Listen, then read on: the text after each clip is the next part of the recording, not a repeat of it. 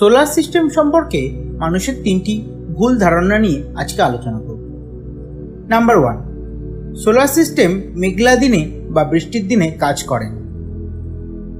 বন্ধুরা, এটি কিন্তু সম্পূর্ণ ভুল তথ্য। বর্তমানের আধুনিক টেকনোলজির মোনো প্যানেল বৃষ্টির দিনেও বিদ্যুৎ তৈরি করতে সক্ষম। দ্বিতীয়ত, সোলার সিস্টেমের ক্ষেত্রে ব্যাটারির দাম বা কস্ট অনেকটাই বেশি এবং 5-7 বছর অন্তর ব্যাটারি পরিবর্তন করতে হয়। কিন্তু বর্তমানে অনগ্রিড সোলার সিস্টেমের ক্ষেত্রে ব্যাটারি ছাড়াই বিদ্যুৎ তৈরি করে সেটি গ্রিডে দিয়ে আপনি আপনার বাড়ির অত্যধিক বিদ্যুৎ বিলকে কমাতে পারবেন। নাম্বার 3, সোলার সিস্টেমের মেনটেনেন্স কস্ট অনেক বেশি। বন্ধুরা, এটাও সম্পূর্ণ ভুল তথ্য। সোলার সিস্টেমের মেনটেনেন্স কস্ট অনেকটাই কম।